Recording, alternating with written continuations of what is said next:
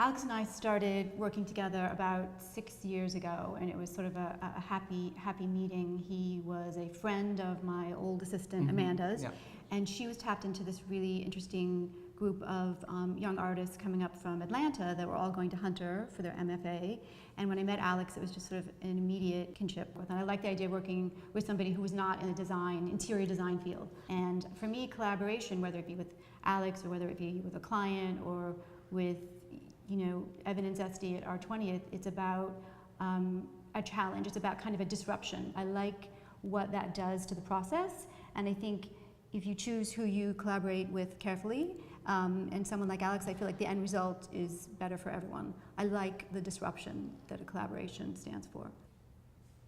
So I think a lot of the inspiration for the show comes from mass media culture in general, internet culture, blogosphere, and you're constantly sourcing and looking at images and the way that people put images together, I think is something that I personally find inspiring. And I'll bring something to the table, or Kelly will bring something to me and show me, and we compile a source of imagery that we then deconstruct, cut and paste. We start a dialogue about it, and that's where all of our ideas really start to take form.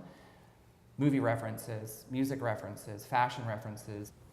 So much inspiration for me comes from cinema, comes from film, and this idea that you walk into a movie theater and for 2 hours you're completely transported to this place, this completely created place. And I think the potential for design to do that in the way that design does do that. I mean, you walk into a space and you can be transported. That's really exciting to me as a designer. When I started to think about this as a gallery space and working with Kelly, I started to think this environment is my ideal, the gallery context, because it's something that's a culturally accepted neutral space, and it's designed to be blank, and it can be anything, and you can redefine it every single time you intervene. We didn't start with a theme. We didn't say we wanted things to be graphic or we wanted this op art, or we just started designing the pieces, and in a beautiful kind of way, there was this confluence, and we started to see connections between the pieces.